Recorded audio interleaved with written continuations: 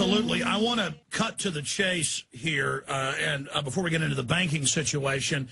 A few months ago, you were speaking at a Campaign for Liberty event, and you threw the gauntlet down, as you did back in the 80s in some videos I've seen. You said we've had a CIA coup in America. They're bringing in the drugs. Most people don't know in '96, the CIA Inspector General before Congress admitted that.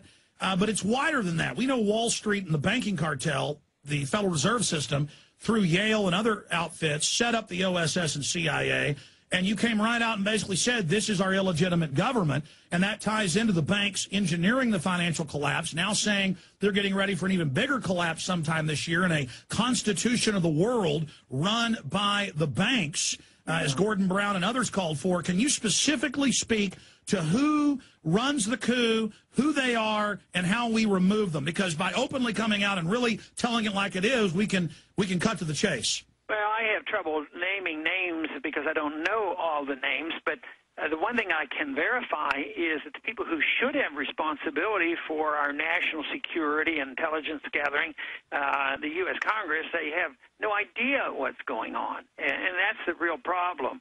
And it fits together, you know, the secrecy of the CIA as well as the secrecy of the Fed. They control the money and they control secret government. People have referred to the CIA as a secret army for the president, but sometimes I wonder whether the presidents even have total control of the CIA as well, as many stories have been written about that. So it's something that I think the American people have to realize.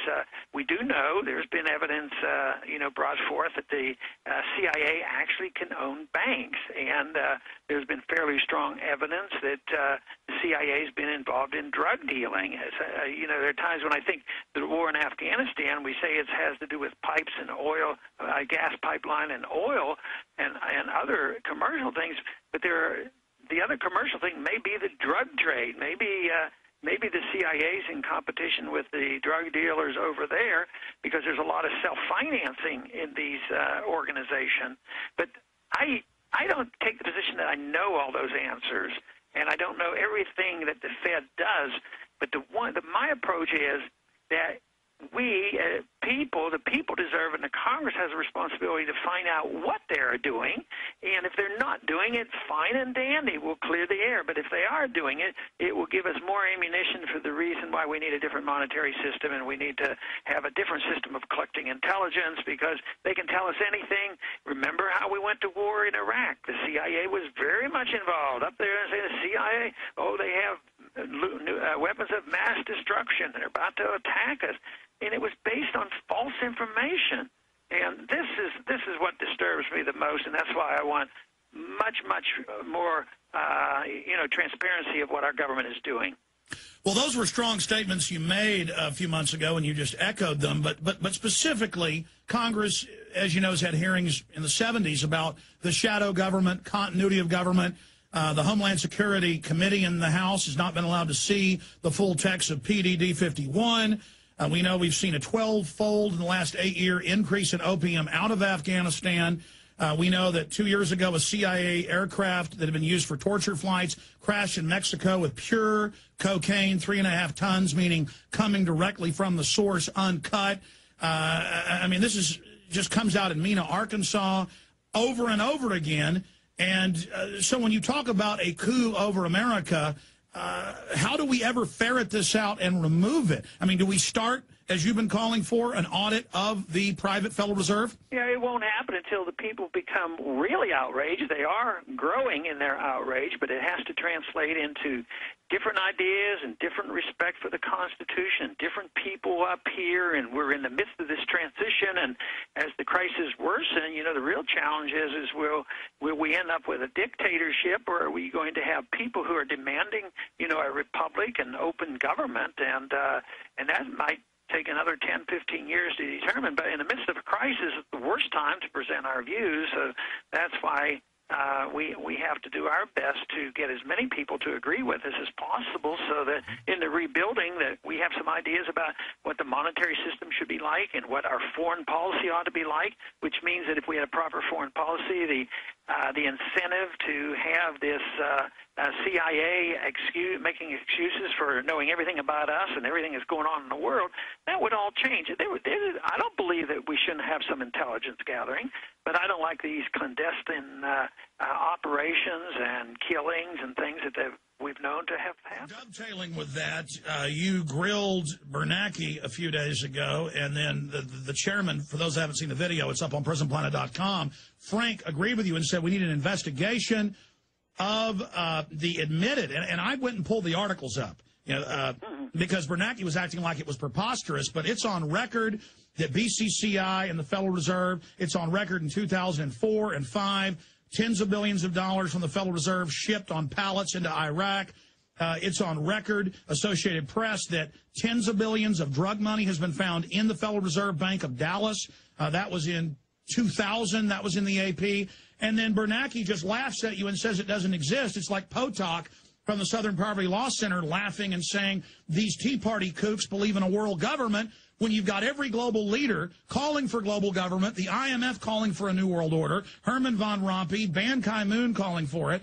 I mean, I think they're really destroying what credibility they had left by stonewalling us. Can you speak specifically to congressional investigations separate from an audit, just directly on, is the Federal Reserve involved in Greece? Well, we know they gave the money to Goldman Sachs, and we know they are involved. Right. No, and he used the word bizarre, so he was accusing me of being bizarre, which means anybody who agrees with my concerns are considered bizarre as well. And you're right in commenting about what Barney Frank said at the end of my questioning, that we should look into it. And to his credit, he has sent a letter to the chairman, Bernanke, and Carbon copied me, and he's insisting that that the Federal Reserve respond to my charges, look into it. He asked Bernanke to contact my office to go over the details of the concerns that I've had, and then report back.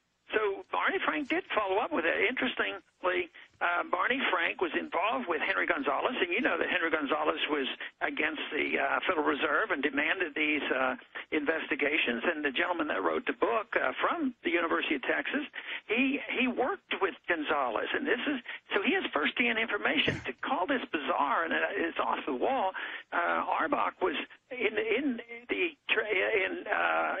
Federal Reserve and the Congress on the banking committee for 17 years and was involved in these investigations. And to just write us off and say, I've never heard it. So, when he said that, sort of reminded me about, the debates when the mayor, shouted, and I can't believe this stuff, What are you saying? It's incredible. We've only got 4 minutes left with Congressman Ron Paul. We appreciate him joining us live today. The New York Times is reporting they may try to revive the carbon tax with a direct tax on fuel at the refinery. Senate trio hopes to hit pay dirt with carbon fee at the oil company's request. Where is the carbon tax going, as well as health care? Well, it's hard for me to believe they'll do that, even though it's alive and they want to, and that's their goal, and they will if they can. But under these conditions, it is so bad of an idea, it just blows my mind to think that they'll pursue that. So I don't know the details on whether that's going to go through or not, but I can guarantee you there's plenty up here who still believe in it and will pursue it. But I hope they come to their senses and realize how detrimental it would be. There's a Mary Landrieu quote in here saying, we need to pass this. This is going to help Americans. I mean, how bizarre. More taxes. People are going bankrupt. In closing, Congressman, we've now discovered that an Obama campaign operative has founded a coffee party. I actually had this idea with listeners 2 months ago to get real constitutionalists to take the Tea Parties back from the neocons. Now it turns out Obama picked up this idea, and that his campaign operatives are now getting all this media attention to tell us to love our federal government, that it's our federal government. I mean, that shows how powerful the Tea Parties are, if not just the Republican establishment, but now the Democrats are flooding in, trying to pose as patriots. Yeah, they want us to love the government. How about loving our country and understanding what freedom is all about? But the battle is outside. I mean, one thing is they're starting to recognize that the battle may be outside of the conventional wisdom of Republicans and Democrats that run Washington, and actually the discussion going on in the independent Tea Party type movement. And there's no reason to think that everybody is going to believe the right thing and get together and do the right thing in those who are objecting. But anybody who's involved better realize that if a significant movement, erupts like the Tea Party movement, there will be plenty left and right, and everybody else who has a special interest will want to get in and try to control it. Well, to see the establishment trying to pose as anti-establishment is truly sickening. but I mean, look at your 84% approval rating. People know the real McCoy. 1 minute left. The economy. A lot of top economists are now agreeing with you and others that we may have a mega depression in the next 16 months, and they're positioning the IMF and World Bank with a new global constitution where they will pose as saviors again. How concerned are you that this recession could get a lot worse? Well, I think it is going to get a lot worse, and what is happening now is Wall Street's recovered and a few companies have recovered, but the unemployment rate is still very high and getting worse. And there will be plans. I'm sure they've been talking about it for quite a few years, because those who run the international banking system know that they're in trouble, so they are laying plans for this. But people do ask me about, well, do you think this will bring on the North American Union and North American currency? And I really don't think so. I think the bigger concern should be a worldwide currency, and the IMF and the United Nations grabbing hold and trying to dictate to us. But we have economic laws on our side, because you can propose these things, and even if it does serve the special interest, if it violates economic law, it won't work. So they can't maintain a good currency. And that's why I think the European Union is very, very fragile, not only the euro, but the union as well, because it's artificial. And I think that's what would happen on a world government and a world currency. But in the meantime, it could get pretty messy, and they're going to work very hard to get organized, which means they'll work hard to undermine our personal liberties. Congressman, we're going to let you go. In closing, I just want to say no one in Congress that I've ever studied works as hard as you, does as much media, writes as much legislation. You are a champion. God bless you. Thank you very much. Got to go. Take care. There he goes to run to his vote. Absolutely amazing. I mean, that guy is on TV about 10 times a day, does about 10 radio interviews. I've talked to his press people. Folks, I do 4 hours a day and do 2 or 3 interviews a day, and I'm constantly turning them down because at 36 years old, I mean, I'm exhausted. And that guy's 74 years old and just works so hard. And I'm just honored that I've been interviewing him since 1996 and that he has never changed, never flip-flopped. He's absolutely amazing. Congressman Ron Paul, 80% of the vote in the Texas primary, unheard of, 84% approval rating in polls. Ron Paul. But, he's a kook. It's outrageous that the Federal Reserve's involved in bailouts or money laundering. And Bernanke will get up there and say, we've made all the money public. And then they say, okay, make this public. Well, we're not going to make that public. They think viewers on TV are so stupid. They get up in front of the Congress and lie in front of everyone. Unbelievable. It's not about justice. It's not about agenda. It's not about mobilizing people. It's about dialing for corporate dollars. These two parties have sold the U.S. government and the American people to the highest bidders.